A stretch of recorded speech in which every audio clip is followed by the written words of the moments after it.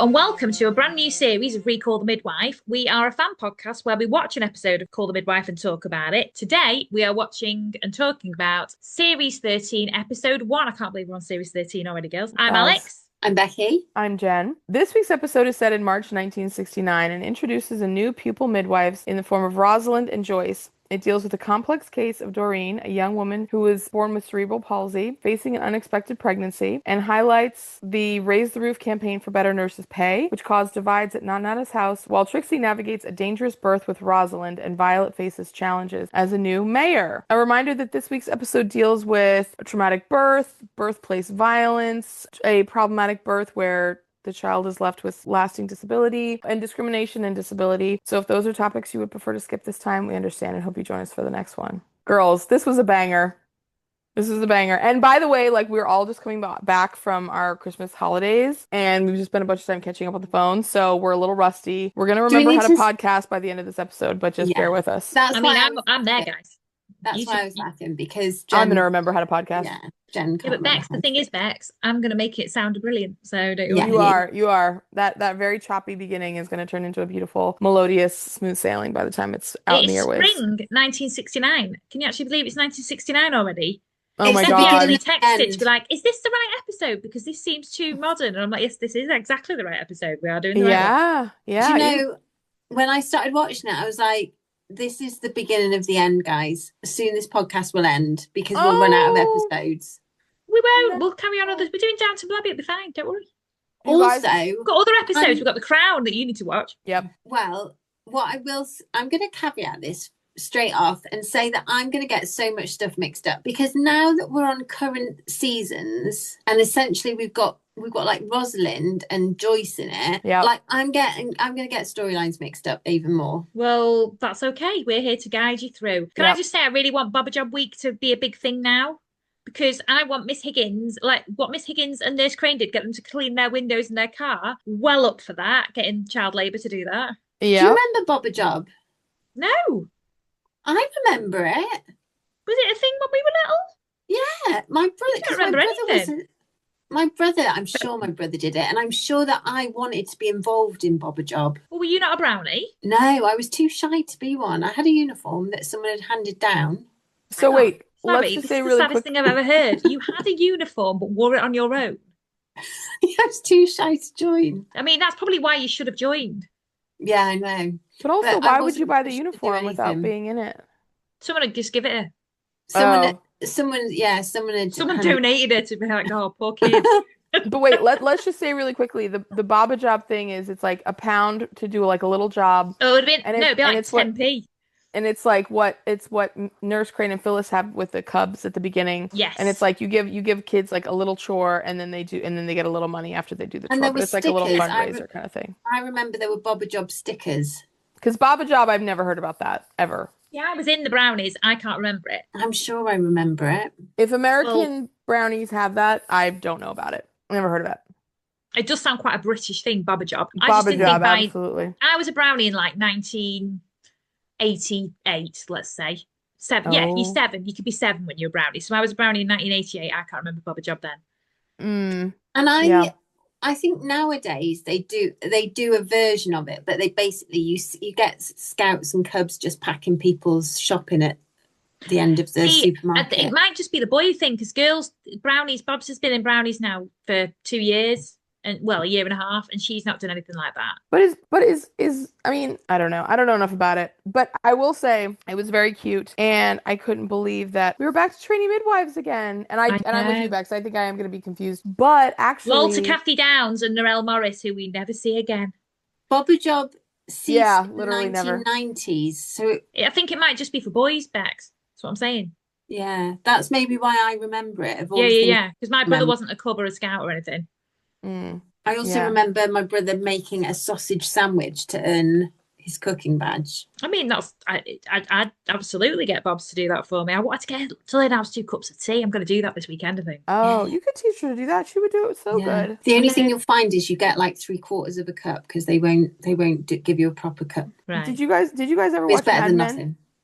It is better. Did you guys ever watch Mad Men? No, I never watched There, that. No. I mean, anyway, there's an amazing scene where Don Draper, who's like the main character, he's married and has two kids, and his older child is a daughter, and he says to her name is Sally. He's like, "Oh, Sally, like go make me another martini." And the thought that this like 8 to 10 year old child would be like literally mixing martinis for her dad at like a cocktail hour, anyways, it just That made I me can think get of down it. with more. It's more the boiling water from the tea. Yeah, that's true, actually. I mean, the martini's gonna do less potential Health and harm safety there. first. Rosalind, great fringe game, guys. Yes. Well, Also, a few great fringes. Kathy Downs had a great fringe. The one scene we saw I was her about to say, in. we're never ever going to see them again, are we? yeah. No. Narelle Morris, where did she go? Oh, gone Exactly. into the wind, into the Also, wind. what a Although name. I have to say, girls, I really like even though we don't even know these characters yet, you can just tell Joyce is so cool and Rosalind is like Rosalind. And when I tell you I wish I was I a love Joyce, Rosalind. and I feel like I am a Rosalind so much. Like, I mean, obviously I'm Rosalind for so many reasons that we'll all figure out, like no spoilers, but Joyce is just such a cool lady and she's so beautiful, by the way. Like, I really forgot like how beautiful Joyce is. Well, I speaking of Rosalind, I may as well say it. So I was never going to say this on the podcast, but my whole name's been put out there anyway. Oh But yeah, you are. Oh my God, I've just realised. yeah, so my actual real name is not Alex. My first real name is actually Rosalind. So I never ever use it or whatever. But when they had Rosalind, I'm not Rosalind, I'm Rosalind. But yeah, Yes. it's just really weird. But she has got good fringe game This like has me, never guys. occurred to me. How? I Literally got the same didn't know. name apart from the D. Yeah, Well, but I've only aren't just you Lyn, not Yeah, Lind? yeah. yeah, but that hadn't occurred to me. Well, yeah. It's Because But just we don't, it's because it's we so literally like never have been associated her with that name ever in our whole lives no, we've ever. no one not. has. No one has. It's bloody stupid. Yeah, but Right, at I love least we know that's her name. yeah. Love the scene of Yes. Joyce and Rosalind getting to know each other. I thought it was a really clever way of getting us to know Oh, them, but also them know each other. But like just shows you how like Joyce is there with the trophies, like, oh, I look how clever I am. And then Rosalind's there with a CND poster being like, oh yes, can I put this up? And you're like, they're just doing that to try and show us what you're into, but I dug it. what's That CND again? is it the nuclear disarmament? Yeah. Oh, okay. So she's a lefty, like that way. Yeah, yeah, Yeah. yeah. Like a bit like me, Rosalind, yeah. But The I scene love when Joyce is like, "You better not put any holes in those walls, girl. You just heard them talking about that wallpaper." I was like, you should just hook it up on the put it in up on the wardrobe. Yeah, or the door, that's what I thought. Yeah, there's plenty of other places you can Did you hang see it, but Cyril oiling Rosalind's chain, if you see what I Yeah. mean? And I was oh, girls, like, I'll tell you what. Okay, sorry, I thought we were gonna get to this later, but we're just jumping right in. So Cyril comes out, Fred comes out. Cyril. Where's Fred on his way to? Something, and he says something about the bike chains. I don't even know why Cyril knows about this, but anyways, the two men are starting he to was talk a about the bikes. mechanic. Well, I know he is a mechanic, but I didn't really think he was like in with the bikes, like to be fixing them or whatever. Yeah, But it was He's a just weird. handy, Jen. He can it was fix just anything. I think it was. I agree with Good with his you. hands. Listen, not gonna argue you on that one. But the thing is, it was like he was literally in a suit, like he was on his way to work. Like it was kind of an odd. We're just gonna kind of like make this happen. Yeah. But all the girls are riding their bikes in a circle, trying to, I guess, figure out which bikes they're gonna like go out in or whatever. And Joyce and Rosalind are there, and Joyce, no, Rosalind like stops. She's like, my chain keeps like coming off or like keeps breaking or whatever it does. And so Cyril runs up and he's like, oh, let me help you with that. She's like, I don't want to make you late for work, like punctuality or whatever. And he's like, well, listen, he's like, I'm not one for being late, but like sometimes some things are more important, like safety is one of them or whatever. And he's like leaning down and like looking up at her when he says it, and I just thought, oh, swoon. But then I also thought, but you know what I really, really realized was that, how we always talk about how Sheila is sewing and that's the way that she shows her love. I feel like Cyril shows his love through like his mechanics and like fixing things. In that case, he has a burning love for Phyllis. Yeah, he has a lot of affection for Phyllis, which I'm not mad at. He's like always and by the way, never forget he met Lucille while he was fixing something as well. He did. So let that Now, be a little bon mot for you all. I needed to say a while ago, but I couldn't get a word in edgeways. The scene when we first met Rosalind. By the way, Jen, I'm joking. I know, really. Did you see her running so late up? I was like, oh my god, this is my girl right here. I'm so. Well, this is what I wanted to talk about because I was like, that is me. I am late for everything. I'm never on time. And I said to my mum that I'm always running slightly late, and my mum was like, that's nothing to be proud of. I know. I felt so much affinity for Rosalind. Like when she came out of the train. I'm not late for everything at all. and it irks me, guys. You wish you were later on the thing. I lift share with someone and I've never been ready on time once. Oh, punctuality. That is just rude. I know. Only by like a few minutes. My friend, you both know who this is, but my friend used to go out with someone and she was the latest person I've ever known, like always like 2.5 hours late for everything. Oh, I'd never be that late. But she was a doctor. You're just like, how are you so good in one bit of your life? Like, you've obviously got through medical school and stuff, but like so late in others. And the other thing she used to do that was really weird was she used to run out of petrol like multiple times. Like, he'd have to go and meet her in place. She'd get annoyed with him because she'd run out of petrol and he couldn't bring her petrol cans. And she had like 16 empty petrol cans in the back of a boot of a car. Yeah, it's weird, isn't it? It is weird. Some people are like so high functioning in some ways and then so like low functioning in other ways. And I say this is a person who has like a real like my punctuality has gotten a lot better as I've gotten older, but like good. It's still not I wouldn't say I will never be a 5 minutes early is on time person. You know how they're like 5 minutes early is on time is late, and then 5 minutes late is like don't even like bother, like you might as well like go burn in a hole or something like that. I'm always early. And I'm like, if I'm early, it's because an accident happened. Like they're like, it's not. No, it's see, not that's rude, guys. You need to work. This is your 2026 resolution. You need to work. No, it's not. I'll be on time. I'm just not going to be early. Like, I'll say this: I'm on time for work. I'm always on time for work. Well, if you can do that, then you can do it for people, and I just think it's rude. Well, luckily, I've never worked anywhere where there's a strict start time. There's just a window that you need to arrive in. Oh. So I love sleeping in. Well, I'm disappointed both of you. Anyway, lols to Rosalind and Joyce feeling awkward at the recreation time. That made me absolutely lol. They were just sitting there like really, really awkward. Also, don't you think that the colors that Rosalind was wearing were not suited to her at all? Joyce looked good at Oh, this kind of was bothering me. Joyce looks good in a lot of those like really bright colors. Like she was wearing like orange, like brown, like yellow, like very, very like late 60s, like early 70s. But Rosalind had on like brown, orange, and yellow, and it did not suit her at all. I'm like, she's a pale blonde girl. Like, give her like a pink, give her a purple. Like, have your colors done. Like, I hope they migrate away from that. Honestly, when she was in the blue nurse's outfit, she looked better than when she was in her like quote like own clothes, I thought. Personally, I thought I know she had like a dark denim blue something on. I thought she looked quite good in that. Yeah, that's what I'm saying. Like orange, yellow, and brown are not her color, but anyway, that's such a small part of the show. It's the 70s, isn't it? No, it's not. 1969. Yeah, but you know what? It's very reminiscent approaching the 70s. Exactly, because Nancy's always in her like crazy psychedelic colors. Also, lols to the fact that Rosalind grew up in a boys' boarding school. Yeah, I know, but not. Yeah, but like just as like the cast-off girl, it sounded like she sounded like somebody who doesn't really know how to like have friends, really. Not in a bad way, but I really love her. I think she's great. I think she's a brilliant character. I love Rosalind. I mean, I'm saying all this to say that I deeply love and relate to her. Very much. Also, I do get right. You've hit the nail on the head there, where you said it's like she doesn't know how to have friends. Because when Joyce is talking through her trophies, she stood directly behind Joyce, and she says something like, "Your family must be so proud." But she says it in a really, I don't know. I just got menacing single white female vibes from it. Oh, I didn't. I think she's lovely. It meant to come across like that at all. I think she's really wrong. Oh yeah. I think we all love Rosalind. I think she's really trying to find her feet. I got like awkward-ish kind of girl vibes from it, but not in a bad way, just in a way of like. See, I'm concerned because I didn't get any of that. So why am I just awkward? No, but she is quite posh. So why do you like her? That is unusual, isn't it? I think she's got such a likable quality to her. Do you know what I do? She reminds me a bit of Barbara in the way that she's very brave. We'll talk about the birth in a minute with Iris Melia, but she was so ballsy in that. It was amazing. Yeah, she was.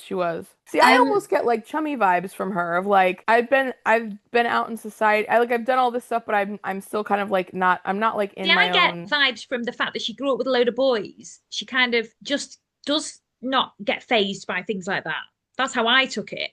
Oh, interesting. I also got chummy vibes when they were practicing on the bikes, because I was like, this is like when they had to teach chummy how to ride. I mean, not the same because they were all riding the bikes. Also, Sister Veronica being like, your feet are hands and your hands are like your wrists, your ankles. Oh, that was so weird. I was like, huh? Yeah, I was really lost. Also, Sister Veronica won't even ride a bloody bike. I know, but that's the other thing, isn't it? Right, should we talk about Doreen Chalice or Iris Melia first? No, let's mention Trixie's hair. Oh yeah, new Bob for the new season. Yes, I agree. But also, I did feel like Rosalind was a bit nervous about Cyril being so close. Just have to say that. Well, yeah, but she should be fine around boys. Anyway, Trixie's hair. I've got a Listen, there's a big difference between boys and Cyril, okay? They're not the same, Bex. They're not the same. There's boys and then there's men, and we all know that they're two different things. I've just got a note next to Trixie's hair which just says fire. I like that. It looked like a wig. Well, it probably is, but I'm just saying that she looks fire this series. I think she's been wearing wigs a lot. Oh, do you?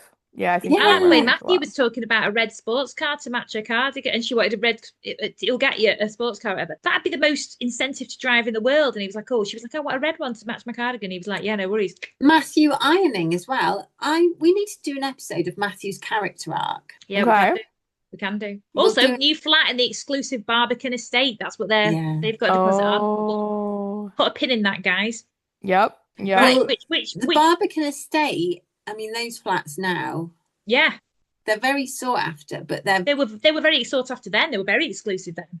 But I see people on social media and they're like, they hate, like, it's brutalist architecture, isn't it? Like, it's very design. It's obviously very design. If you live there, it's very design led. But then they had heated flooring and stuff when it first came out. Well, now watched the show on it. No, but people that live there now, like, they can't control when their own heating comes on and off because it's all. Yeah. It's still all centralized and everything. And then they're like, you constantly have like loads of people coming and gawping at your flats and stuff.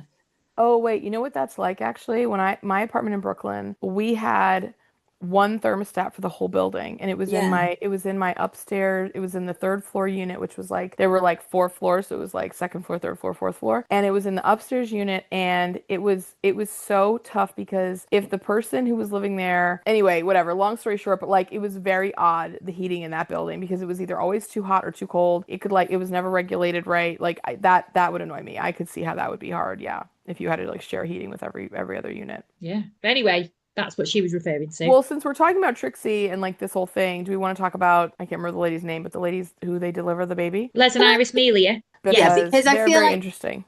Doreen's story was the main story, and I feel like the Melia story was just like a filler story. Well, I mean, it was really strange though, wasn't it? It was a filler story that then like got way more interesting and dramatic. It literally like, it went from like 0 to 60. Like, I literally thought that this mom was just going to be like a regular old mom, and then her story like skyrocketed to the top. But it really annoyed me in loads of different ways, guys. So basically, I'll tell you when we go on. But basically, Les she says later on, but I'm just for context, he's basically a gangster who was with the Krays, and he was very feckless for a gangster. Like, very famous British gang. Ronnie and Reggie Kray, yeah. And he's clearly like, he's anxious. Like, it's not going well for him. Yeah, he doesn't seem like he's cool and calm either. Do you know what I mean? No. The phone goes, you've got to get it.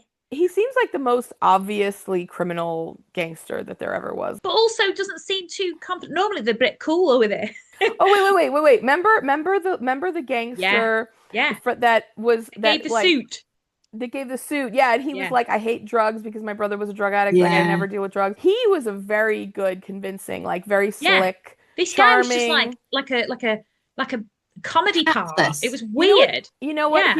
He was like a low down. He was just like a henchman. He was just like. But even then, they've got some menacingness to them. He was just really weird and jerky and nervous all the time. Took it out on his wife that we never saw. He was hiding a gun and cash in his floorboards, wasn't he? But you know what was weird is that, like, no, it was drugs. It was drugs. Remember, was it drugs? It wasn't a gun as well. It was like a 2-pound bag of cocaine, but basically. He flushed the drugs down the toilet. Well, that was at the end. But this is like when he was having it in the floor and stuff. So we're basically seeing little bits of him being a baddie.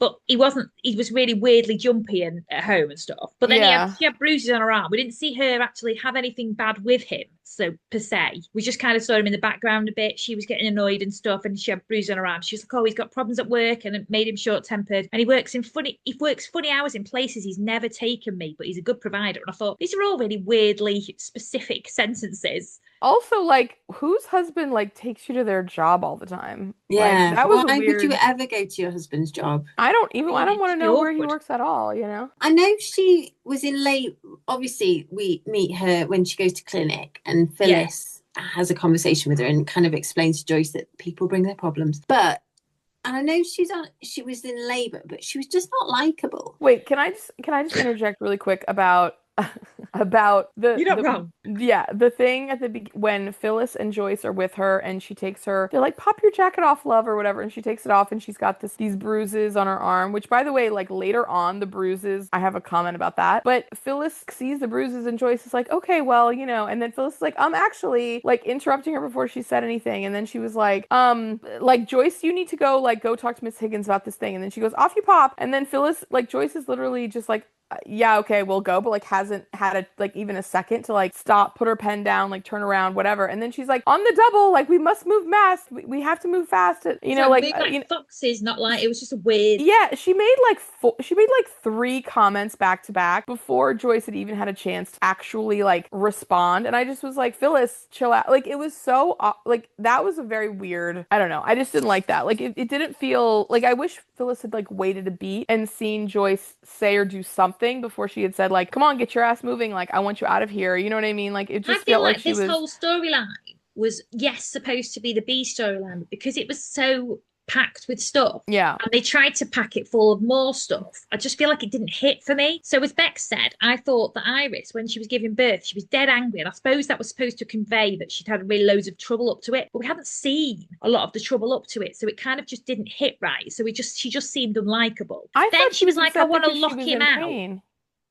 Pain as well, but at the same time it was like, because she was so weird, but then she was like, I want him locked out, but he was so about going on the phone, like he just kept talking about this bloody phone. If the phone goes, why didn't they just let him go to the phone? Like, it just was like, why are they not just letting him have the phone in the other room completely? It was just a really strange thing, and they ran out of gas, so they wanted Sister Veronica to come, and oh my god, well, I've got something to say on Sister Veronica bloody coming. But so then basically they weren't allowing him in the flat, so he shot at the door. That was insane to me. Was insane. But then Rosalind let him in. I'm like, what? Now Rosalind was a badass because she was dead calm, and she was like, we're not having this drama. Laugh. I liked it when Rosalind was explaining to Trixie that he's just tried to shoot the door in, so she let him in. It just made me laugh.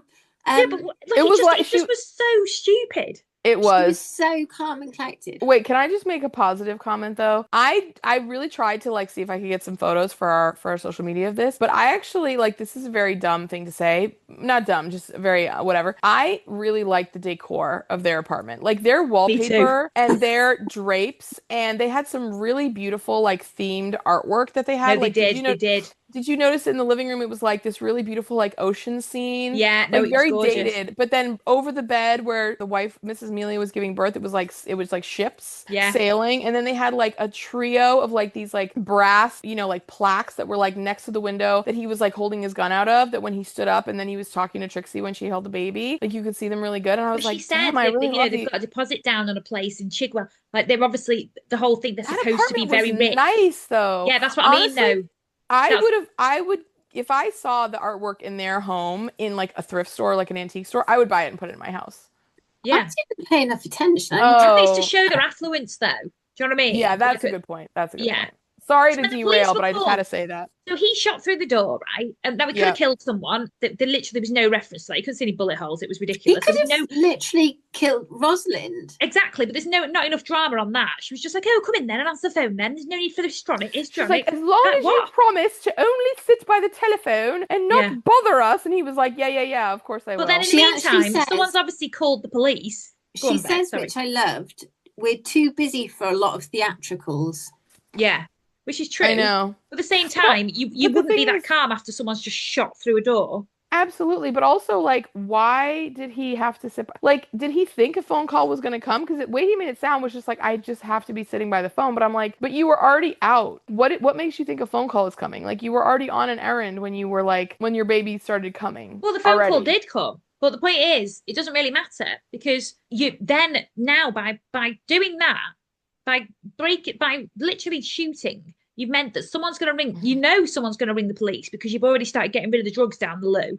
Yeah, but criminals don't often have common sense, Alex. Yeah, well, no, but it's also really, really stupid. Now, the thing that was really the most stupid thing that ever happened in this episode, probably any episode, actually not because I've just watched the Christmas special, but the police letting Sister Veronica have the megaphone, right? I roll. Number one, as if he's going to bloody listen to it. Oh my God, the police aren't going to do things.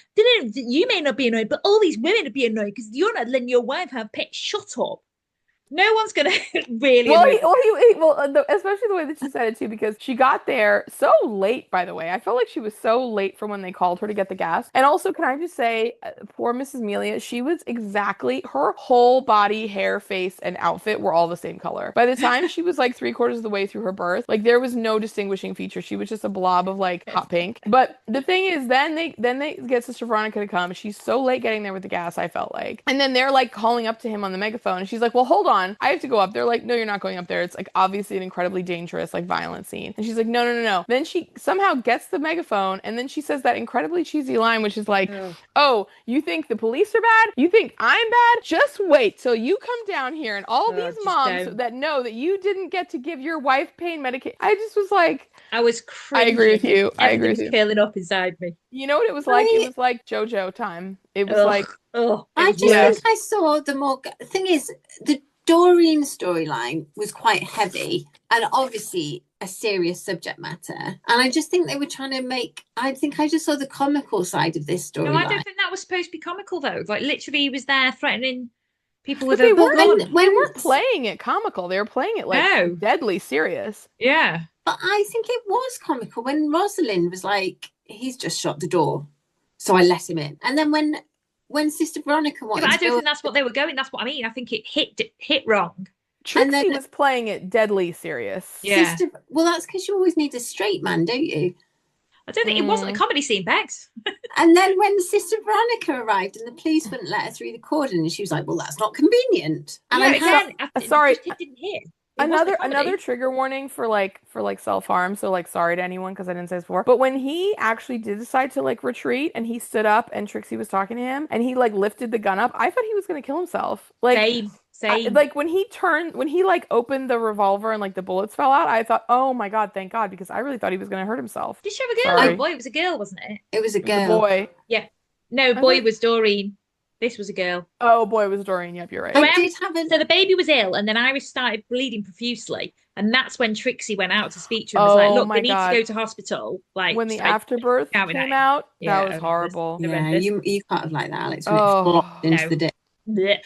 So then he released the bullets, gave himself up, and then he shouted, "I love you, Iris." When he was going his thing, she was like, "Do I have to answer him?" And they were like, "No, of course you bloody don't." But why is she asking that? Yeah, I think she would have more about her to know that she doesn't have to answer that. Yeah. But can you imagine being lectured by a nun over loudspeaker? The shame.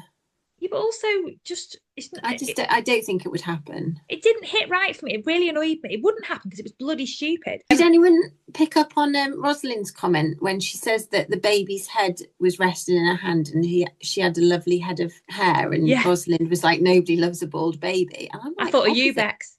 Have you said that? No. She loves a bald baby. Oh, yeah. You know when people have babies and they have a full massive... I'll tell you, edit this out because I'm going to name somebody. Boris Johnson's babies. I don't think how is that? We don't need to edit that out because why the hell are we protecting Boris Johnson? I know, I was going to say, this is all when public When babies knowledge, have got Bex. a massive mop of hair, I just find them quite scary. I mean, mine came out with a mullet. Do you remember? She only had the mullet though. She only had hair. She didn't have a scary mullet. She only had hair at the back. I thought you said she was like a troll doll. I always pictured like hair on the top of her head. Like no. She was just ugly like a troll. Oh. No, she wasn't. She was our beautiful princess angel that we adore so much, and she has been as beautiful the day she was born as she is today. She's absolutely gorgeous now. She's got gorgeous hair now, but she does. Poor Rosalind talking about the blood and stuff later, and I loved how Joyce and Nancy, I love their friendship already on the first episode, where they were all having rum together. Yeah. Yes. And she gave her a cup of tea so she could talk about it. It was really, they were sharing it. And I really, really like that, girls. I really love their friendship. I really love their friendship. Spoiler, until now, I'd still love it. But also, I think it harps back to like Barbara, Trixie in her drinking days, and Patsy. Well, there was that scene where Trixie was outside and hearing it all, and I thought, oh, that's a hard bat to be like, that's what she used to do. Also, let's just finish up on Iris. So Iris basically had to be separated. Her daughter was instant cuff, because she was having an issue, but she's fine. And basically, Nurse Crane was saying that she can't pump or anything. She's just too upset, too traumatized. So basically, it's going to be a long road for them, I think. Even though she doesn't want to go home yet, even though he's in custody and stuff, and he was going to stay in custody. It's just a long road for them. You know, Iris hasn't done a day's work in her life. She's now lost a source of income. Yeah, I mean, he might have some others. She's fallen from grace. But you know what's odd to me though is like, especially the way you're saying it, like it didn't hit the line when he says I love you, and she's like, do I have to say it back?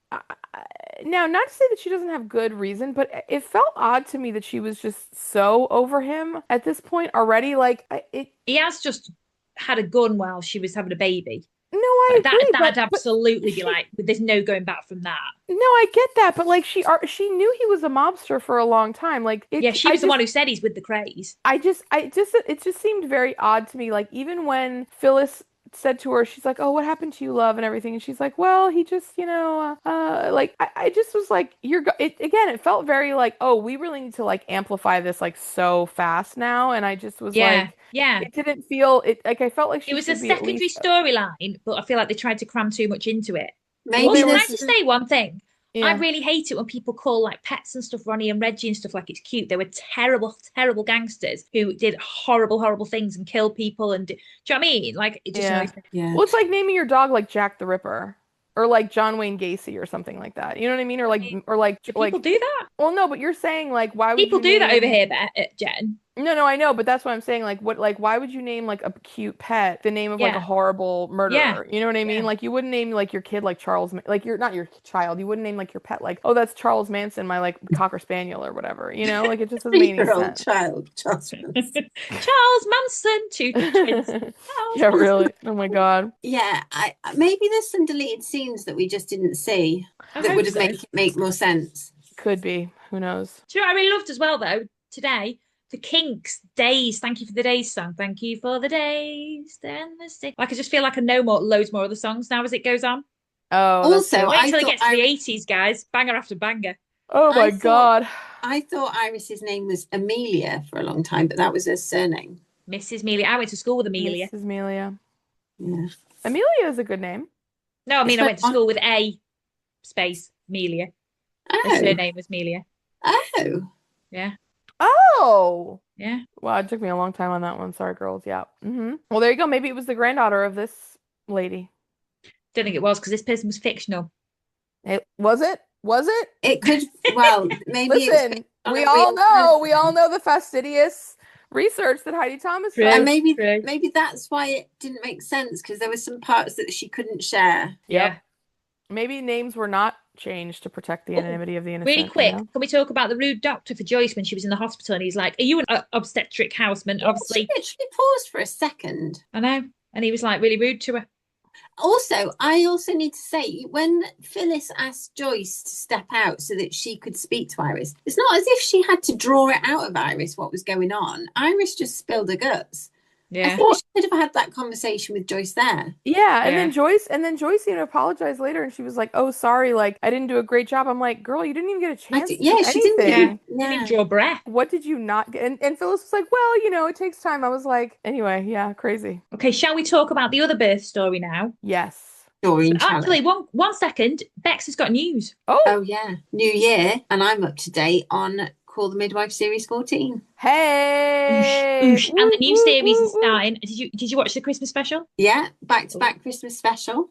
Nice. Right, so we're up to date. Guys. She's actually a fan. I have a lot to say about the Christmas special, but obviously it would be inappropriate to mention it now. Yeah, yes. So I haven't watched it yet. I will probably get to watch it in the next couple of months, and then I will be able to report my thoughts. Okay, so Miss Doreen Chalice, who is played by a famous comedian over here called Rosie Jones. Now, I didn't realise she actually did acting as well. She's actually a comedian. I don't actually like Rosie Jones. Really? I love Rosie Jones. But she really does have cerebral palsy, right? Yeah. Okay. Why don't you like it? I don't like her comedy. She's not my sort of comedian. What's her type of comedy? Just not my sort. She's quite sweary. She's quite high energy. Oh. Yeah, She's I really quite like her. rude, isn't she? Yeah, but I like her. Yeah, I do. I'm not. Yeah. Also, her mum was played by. So Oh we yeah. meet. Oh, sorry, should we talk about really quick? How we meet her. Yes. So Yes. we meet her because she goes with a wee sample to the Miss Higgins, and she's like, "I've got a wee sample." And she's like, "Why?" She's like, "I need to see Dr. Turner." Blah, blah, blah. And she's with a younger sister. Do you think she's quite a bit younger, isn't she? She seems like a teenager to me. Yeah. Oh, I did. I didn't actually think about it. I didn't think teenager. I didn't think Well, I teenager, did. I but did. okay. But anyway, they find out that basically she's heavily pregnant, like literally 2 to 3 She's weeks ago. in 2 or 3 weeks. And they're all like, I think you've well, got dates wrong. yeah, and they're all like, well, it is easy. Now, some of it I did get, I think they were right, but then they were like, well, it is easier to hide a pregnancy if you're sitting down, and it is easier to hide a pregnancy if you've got blood. It is easier to. And I was like, you guys are making a lot of excuses for the fact that this girl is literally like 8 months pregnant and no one knew. But Like, I mean, her mum does say, like, no wonder you want your sister to be helping you get dressed. Like, she's saying, I mean, normally her mum would help her. right. And the thing is, like, I mean, yes, this woman does have a disability, but like, she can walk on her own. I mean, she Yeah. gets up out of her wheelchair to go into the exam room, and her fiance is like, "Oh, are you sure, love?" And she's like, "Yeah, it's fine." I'm like, "Yeah, we were doing a lot of work to hide this pregnancy." And like, I mean, I guess it made sense that she didn't realize she was pregnant, but I'm like, "Ma'am, you were hiding a secret boyfriend. You were obviously sleeping with him. Like, did you not think that anyway, I just thought that But was I just think she fun. did know because the sister makes a comment to her, like, we've run out of time on this. We've got to tell mum. That's right. Yeah. But Yeah. right, just really quick about her mum. Her mum was an actress, so I used to love, and I still do. I watch it. I still watch it at least once a year plus. So there's a guy called Steve Coogan, and he did this amazing character called Paul and Pauline Carth, and it was like this Yes. comedy that was like 4 fights, 3 weddings, and a funeral. It's absolutely amazing. Well, she played other Pauline in it. When she came on screen, I gasped the first time I watched it. I was so excited by it, Oh, and she's brilliant in it as other Pauline. I'll go on about it too much if we go on about it. But basically, she was brilliant. But it was really weird to see her in like a serious acting job as well, because obviously she was a comedian. she's Yeah. really So these both two good. comedians in this, I just thought it was really mad. Very serious They storyline. were Yeah. super earnest, and it was You know what I really really like the touching. way they dealt with in this storyline though is about Oh, disability and how it's perceived. And like, you didn't think anyone would look at me. And I hate Beethoven. I thought it was a brilliant line. And also, yes. they Yeah. do make the point that once upon a time, Doreen would have been put into an institution. And of course, the last time we met a character with cerebral palsy was Jacob, who was in St. Gideon's. Yes. Mm. Yeah. And also they were talking like, when you had your sister help you get changed, I thought it was because you're growing up. And she was like, I grew up years ago, Mum. I grew up Yeah. years ago. Like it's just about the fact that she's kind of infantilized because of Yeah. because of having cerebral palsy. And she's like, Graham didn't molest me. He loved me and he loves me now. And I loved it when But Graham came in and was like, I'm going nowhere. I see when I first there's that first scene where her mum like basically goes off on one, but then I was like, her mum would go off on one because she's an unmarried. In those times, she was unmarried. Yeah, but so was her mum. Yes, and Yeah, it's but do that as doesn't I mean her say, not mom's as I not do. gonna. But Yeah, but also, you her also mom knew how hard it was for Yeah, her. but at the same time, to be like kicking off that much and hitting him and stuff when he's actually staying for her, Well, and hanging this is what I around was gonna waiting. say, and then because I was like, because she's not independent because of it. Like she does need, although Yeah. she She has a does need certain some amount help, of yeah. independence, she does need assistance. Yeah. But then when we are introduced to Graham and the fact that he's like, I'm not going anywhere. So there is a supportive father on the scene who Yeah. wants to marry her and is going to be there to raise the baby. So I was like, actually, because I was like, this is so irresponsible. And then I was like, actually, cancel that. I To be will fair, say it's though, worked out well. A lot of the time, it probably doesn't. I will Yeah. say because we've encountered this with the young mother who was blind. We had another mother who had we've had other mothers with disabilities, and I will say I mean I think we all love the show for kind of some of the heartwarmingness of it or whatever. Yeah. In an effort to be as pro the person with the disability as possible, which I'm 100% on the side of, obviously.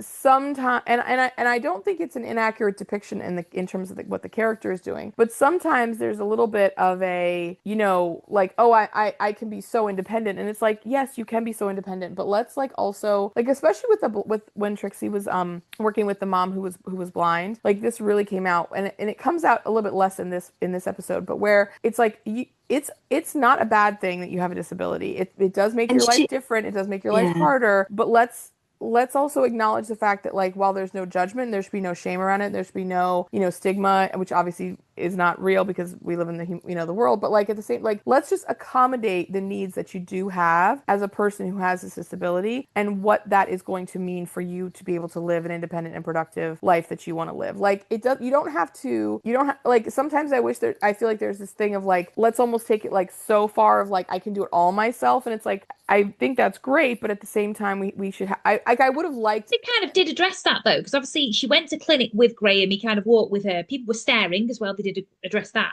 Yeah. But then she was like, I want to go in on my own. But he still kind of helped her up there. Do you know what I mean? Like, I guess what I mean is like, and I don't think they could have done it in this episode as the way it was written because there was so much happening. But like, there's a part where she's giving birth and like Denise is in the other Deirdre. Anyway, whatever. The mom is giving birth with Dr. Turner. Doreen is giving birth with Dr. Turner and Sheila. Oh, yeah. The mom's called Ada. Yeah, and then Ada and the sister and the husband, the Doreen's husband, are sitting out there, and she says, "Oh, you know, like she's gonna be a great mom or whatever." And then she says, and then the fiance says, "Well, the baby has two parents now, and it's gonna have two parents." And again, absolutely 100%. But if he's going to be working a full-time job to support the family, which in this time period he will, and also because she's disabled, he's not going to be there for a lot of the time. So like, what other supports is Doreen going to need in order to be able to, you know, hold the baby, take care of the baby, do all the things for the baby all day long? Like, it would have been nice if there was just a little bit more discussion about what was going to be needed in order to make it really successful for them,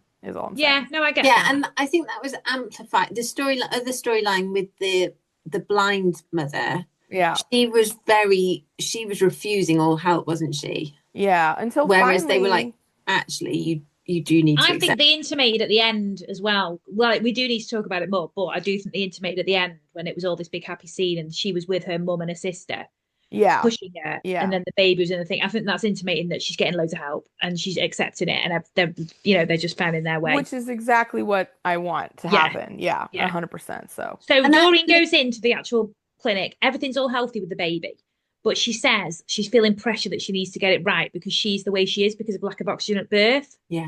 And I think that's I thought that was a really powerful line because I just thought, actually, like that did happen because of that. And I found weird this whole thing about the GP has to be delivering babies at St Cuthbert's. Was that just to get Dr. Turner to be delivering the birth in hospital to make it more realistic? That must have been a skit because the start series 13 and series 14 that we're going into, it's all about this shift away from home births towards. Why are they getting a GP to deliver when they've got midwives? But I think it must be some. I mean, if we were an actual proper podcast that had done research, we would know. But knowing I say we are a proper podcast. We just don't do research. But the thing is, whenever the births get complicated, they call Dr. Turner in a lot, and he's a GP.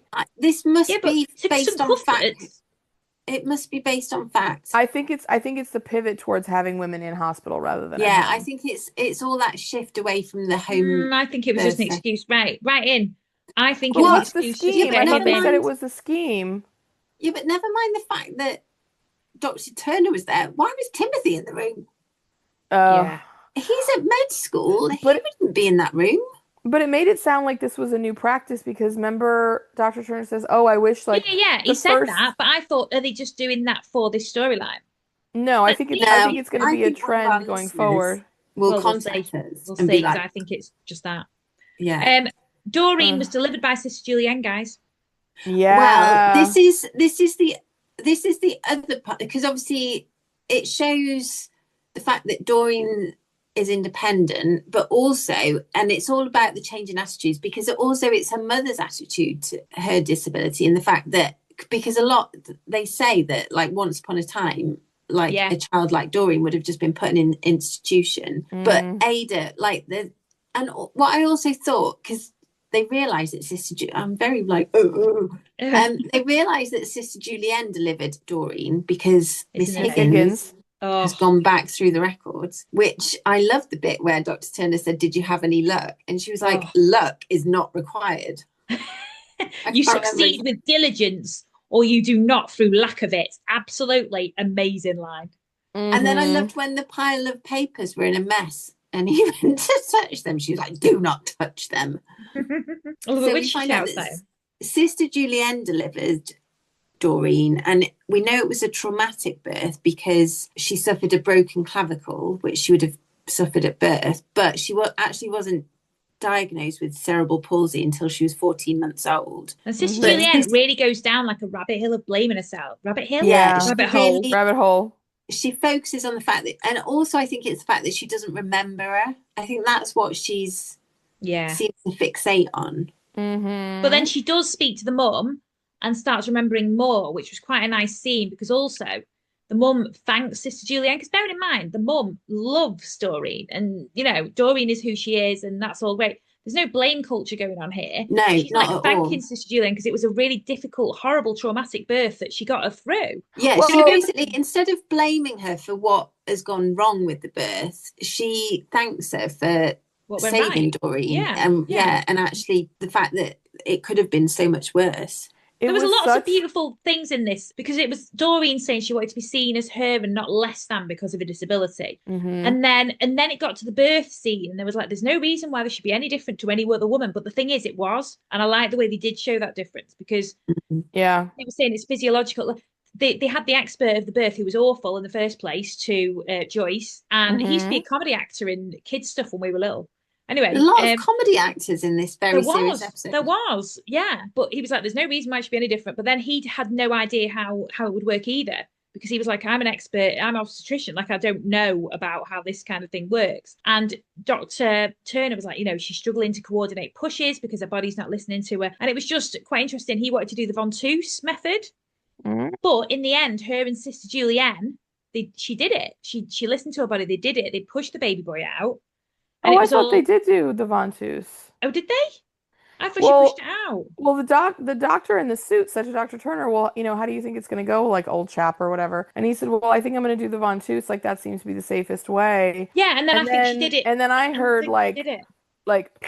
and they got the baby out. Oh, no, I thought she was pushing. If we were a better podcast, we'd know. But the thing is, why do you think he didn't use the ventouse? Because I think by that time she started pushing. Oh. I think Dr. Timothy stepped in and said, based on my extensive medical knowledge, this is what we should do. I thought because of her, like, because she has, as part of her disability, like the tremors and stuff, or like she doesn't have as much like physical, because he even says like her physiology is kind of what I'm dealing with as I'm trying to give birth here. So I don't know. Anyway, whether he used the ventouse or not, I just want to go back really quick to just say, I think we kind of said it, but just say the scene where Sister Julienne realized that she was the delivering midwife, and then she and Sheila went to go talk to Ada, and you could tell Sister Julienne was like ready to kind of quote like confess that she was the delivering nurse, and then also like take on, like, she was taking on so much guilt about what happened, and then to have Ada have this completely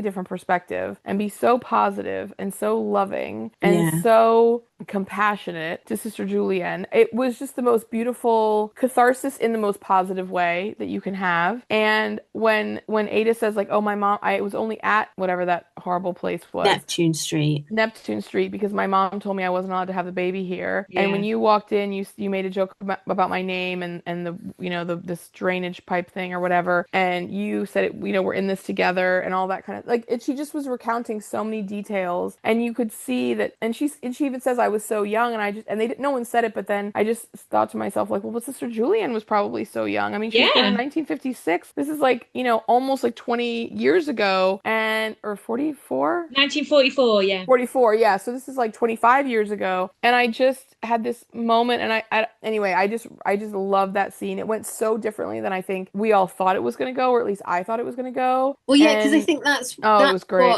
I think Sister Julienne's reaction was how everybody expected it was going to go. Yeah. But obviously it wasn't. And also Ada says that that's what led her to her husband Harry. Like having Doreen led her to him, and then obviously her other daughter. Well, it just reset not Ada. That was good. Yeah. Yeah, and it just reset Ada as a with character. Les, the scumbag. Oh yeah. Yeah. It just turned the whole story on its side. I felt like in a way that was just so beautiful and like unexpected, and it gave Ada such a sympathetic quality after some like really horrible, harsh things had been said. Not in an like I don't say it, but like Doreen painted Ada as in a really tough light, and then Ada kind of backed up that version of her with some of the things that she did, and so then actually it was all love. It was. Yeah, but I think that would, even if Doreen had been able-bodied, I think Ada was always going to have that reaction if a daughter had come back unmarried, not even like she'd fallen pregnant and then shared it with her mum. Like she's basically due in 2 to 3 weeks. She's hidden it, so I think that was a justifiable reaction. It also it also belies the fact that she's like, I'm an adult, I can make my own decisions, but actually you just hid that. Like that was a very poor decision. Yeah, but also that's what I mean. Like it's just that doesn't belie her age. But I did like, speaking of poor weird decisions, the mini fairground cancelled at Easter, so they did this weird parade where they decorated prams. And can I just say, I much prefer. We're recording this in the new year. Hopefully, our new series will come out in January. Probably going to be February. But I do prefer Easter to Christmas. Oh wow! I mean, I don't, but that's for you. Yeah. Listen, whatever you like the most. Yeah. But here's the thing. In the prams and stuff, that's when her and her family were then. That's what we spoke about. Everyone was all happy and good. So I'm hoping they're all supporting each other. I'm sure baby they're Anthony, all great. guys. Baby Anthony. Where did baby Anthony? I thought it was baby Robert. Who are you talking about? Who are you guys talking about? Robert, actually. But they said Anthony on the thing, and I was like, oh, right, baby Anthony, and wrote that down. Is this Doreen's baby? No. Do you know when there was a Down syndrome baby and they were going to call him Justin, and in the end they called him Robert, and then they said, "Oh, hi, Anthony." Where's this baby come from? Fred brings baby Robert. It is baby Robert. Did they call him Anthony or on the thing? No. Have I just written Anthony down for no reason? Yeah. It's baby Robert, guys. It's baby Robert. But where's baby Robert come from? I know, that's what I could not figure out. Who had Down syndrome when they were. Do you remember that lovely mother who was going to give her sister the baby? And then the sister didn't want it because it had Down syndrome. That's the baby. I would never, ever in a million years have gotten there. That's the baby Robert, except they called him Anthony for no reason. Why's Fred got him then? I was just because they were looking after him. Parents, though? Because they were just looking after, babysitting him, because Reggie and him are like pals. Right. I was like, because I've got a note. Like, where did baby Robert come from? That blew by me. So I literally was like, oh my God, wait a minute. Did Reggie have a baby that I don't know about? Like somehow. Jenn was going to be like, oh, that was my deleted scene. You guys didn't know who it was either. I did. Well, you did, but Bex didn't know. We talk about Cyril needing a new church space. There's this brand new bill, which is sharing of churches bill. Yep. Also, they're getting so busy that poor Nigel can't even be in there. Mrs. Wallace is like, oh, get him out. There's no cats in the Bible. Mrs. Wallace. Also, what about Mrs. Wallace giving the flyers Surely out? there was a cat in Noah's Ark. Obviously there was. Well, there had to have been. Of everything, they wouldn't have cats now. I just loved Mrs. Wallace giving Joyce and Rosalind the flyers, and Joyce was like, I don't go to church. Yeah. And then she's like, well, just if you change your mind. And then she walks away, and then she just like crumples it in her hand. And Joyce is like, oh, you really don't go to church. And she was like, no. We know what happened in the future. We'll talk about that another time. But, Rosalind will be worshipping at one church. Well, and also Joyce, we know why she's so anti-church and religion. Oh, yeah, we do. Also, Rosalind's a veggie. Why just say that?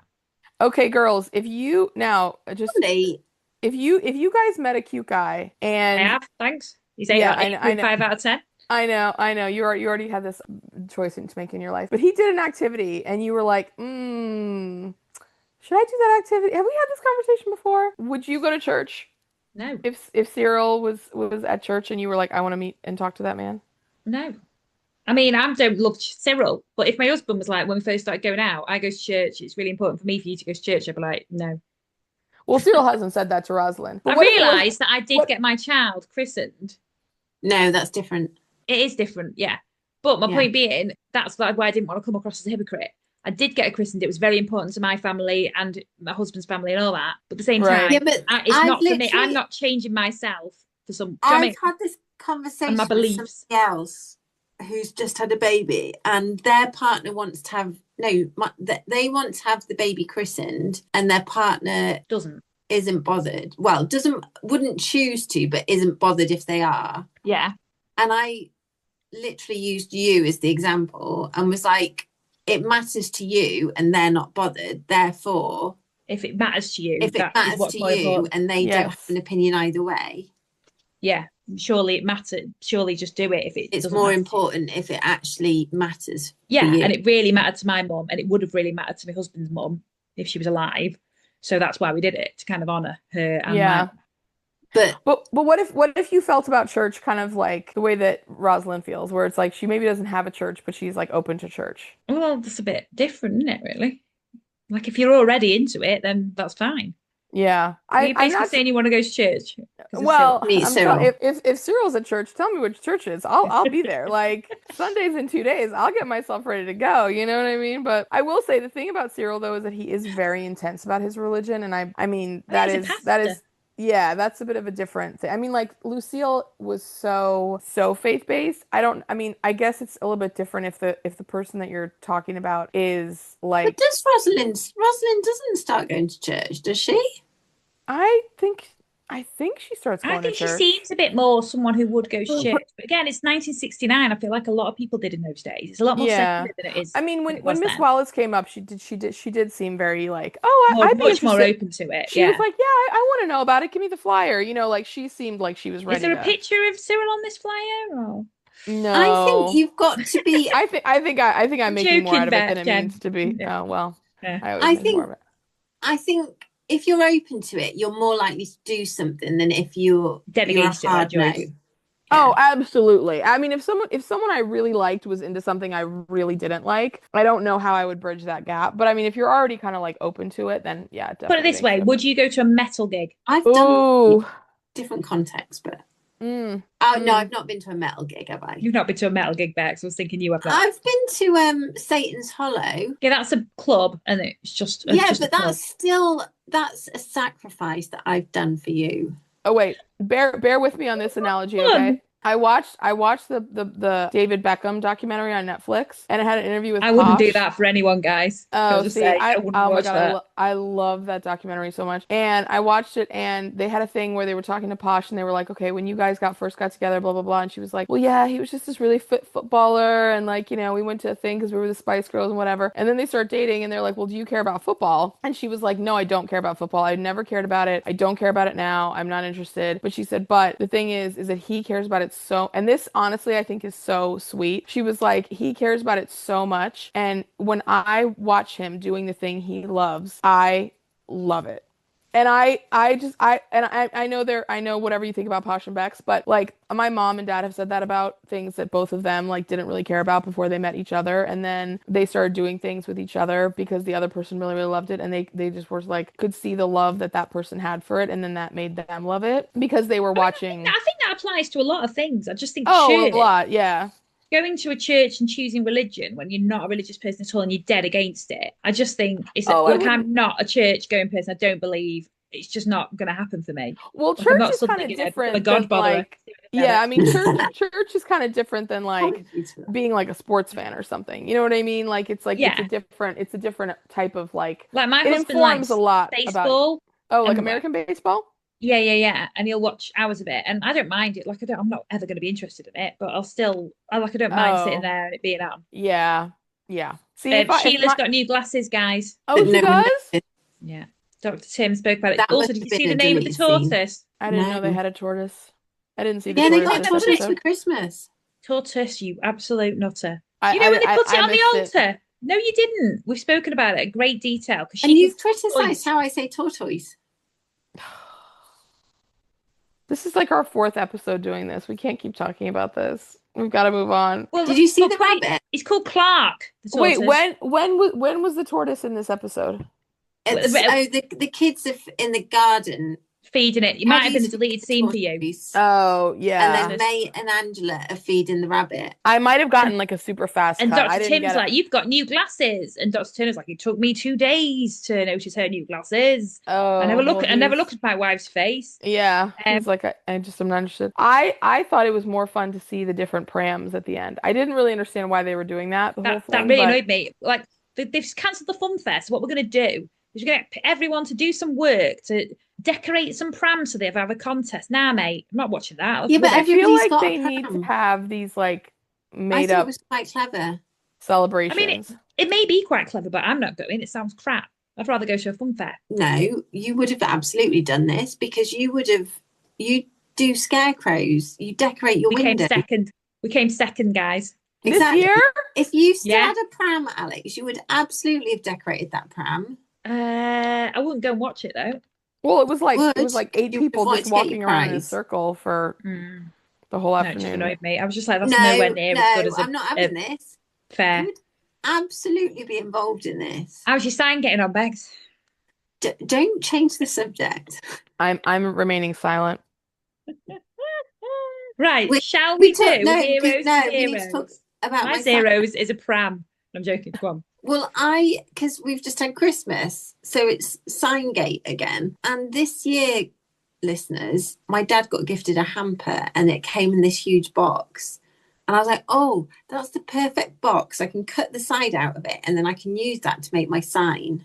Did she make a sign, listeners? No, but what I'm saying is the intention was there. And why? I got halfway towards it. And why did you tell us that you? And then I ran out of time, guys. You can only do so much. You can only do so much. That's which is the whole point of it in the first place. And then you were like, I'm going to do a sign. We're like, no, you're not.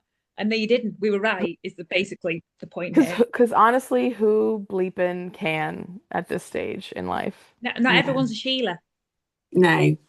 Well, not everyone has a whole crew behind them, making them look like they can pull off like ungodly feats of grandeur. You know what I mean? Did you see some of those prams? There was a spaceship. There was a stork. I'm not gonna lie, guys. Let's be honest. If there were prams, we would do all us three would do amazing prams. Yeah, we would do amazing prams. Yeah, we would. Like I'd do amazing scarecrows. Well, my husband does most of that, but still. So heroes and zeros. Heroes and zeros. Yeah, we do. Guys, I'm not going to go first, but I already know who my hero is. I don't know who my zero is. We'll do it first. Okay. Who's my zero? My zero is going to be the horrible Mr. Melia man. He was cuckoo bananas and just pivoted to violence so fast, and I'm not here for it. And then also he had like a ridiculously large bag of cocaine that he dumped into the I mean, you need quite a lot to sell it to loads of different people. But I mean, like, I think it was also heroin, but carry on. Sure, whatever it was, but like, what's his job? You know what I mean? Like, I just felt like he was just all over the map. Although I will say, whoever they got to decorate that apartment, gorgeous, and that is a plus for me. I love that apartment. My hero, this could maybe be a little bit unexpected. Maybe it's not going to be unexpected. I don't know. I want to give my hero to Doreen's sister. Yeah. Because nice. Here's the thing. That family dynamic, I know it focused on Doreen and the mom, but that sister was in the middle. And she did a lot. And she handled a lot. And she was so supportive of Doreen. She was so understanding of her mom. She walked the line. She was there for everybody in their hour of need. She was always a voice of reason. And you know what? Sisters, and I literally decided this when I was watching the episode, but I'll just say this. As a sister, I know a lot of sisters. She wasn't the oldest sister. I'm an oldest sister. I highly identify as being an oldest sister in my lifestyle. But I'm just saying, sisters, like, do so much. And I want to shout out Doreen's sister. I don't even know what her name is, but I felt like she deserved a lot of props. And she, to me, was truly like an unsung hero. Yeah. Now I'm singing about her, but you get my point. There you go. Next him. And it's like the Mullins siblings. Yeah. Exactly right. My zero is going to be Iris Melia because she's just overlooked the fact that her husband is a criminal and she's happy to live off the proceeds of crime. And yeah, she's just had her head in the sand and she was unlikable and I didn't like her. And she was the same color as her nightgown. Yeah. And then my hero is going to be Rosalind. Who was calm under pressure when faced with the gun. That was my hero, but carry on. She was raised in a boys' boarding school. I just love Rosalind. I love Rosalind. Rosalind is a great character. I really love her. Yeah, I just love everything about it. So, and it just the way, and also obviously, like, she's still learning, and that was quite a traumatic birth situation. I just think she took it all in her stride, and I love her. Yeah, she dealt with it really well. Okay, before I do my heroes and zeros, I'm just going to talk about a scene that I loved in the show, which was a scene with Joyce, Rosalind, and Nancy talking about wages, and then Nancy, which is very Nurse topical. Crane, then Nurse Crane and Nancy have this exchange about it where Nurse Crane basically says that it's ridiculous about wages and it's a vocation and all this. Zero of the day for me is Nurse Crane, because her views were absolutely archaic, stupid, and annoying, and it just really annoyed me the way she just absolutely put down what Nancy was saying like it wasn't anything. It was, and it really annoyed me. And it can be a vocation, but you need to be fairly remunerated for it.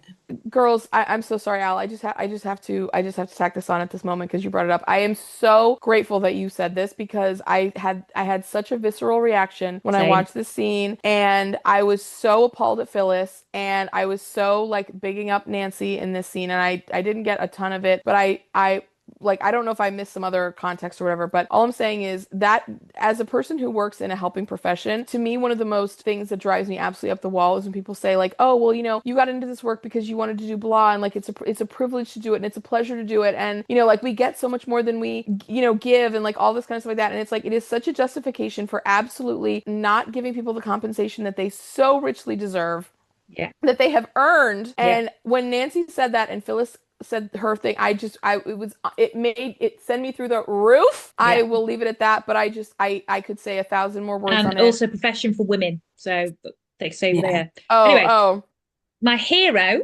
was Sheila. Because I think Sheila was really good and supportive to Sister Julienne. She was an absolutely fantastic friend. But I also have another hero, and that is Miss Higgins, because it absolutely made me lol the way she shouted at Dr. Turner. But I also have another 2 zeros. My other zero is the policeman who let Veronica have the microphone. Yes. Okay. Job, and the doctor who was mean to Joyce. Yeah. Mm-hmm. Yep. Just absolutely dismissing it, hated him. That's it. That was my heroes and zeros. That was quite a big episode, ladies. A lot to cram in there. I feel like they crammed there weren't only 2 main storylines, but a lot to discuss. Yeah. I feel like there was kind of a thing of like, oh, this is a normal Call the Midwife episode, and then they're like, oh, but this is the first one of the season, like kick it up a notch. Yeah. And all of a sudden it was like boom, and then we like went into overdrive. Yeah. But you guys, season 13, we're off. It is season 13, and next series 13. And next week we will be recording series. No, well, we will be recording series 13, episode 2. But we will be watching series 13, episode 2, and talking about it. So if you want to watch along and listen along with us, that would be fantastic. That's basically the whole premise of this podcast. Yeah, we'll be more in the groove. Yeah, follow us online, like us. Send us questions, all this kind of stuff. We love hearing from you. But in the meantime, thank you so much for listening, and we'll see you next week. Bye. Bye.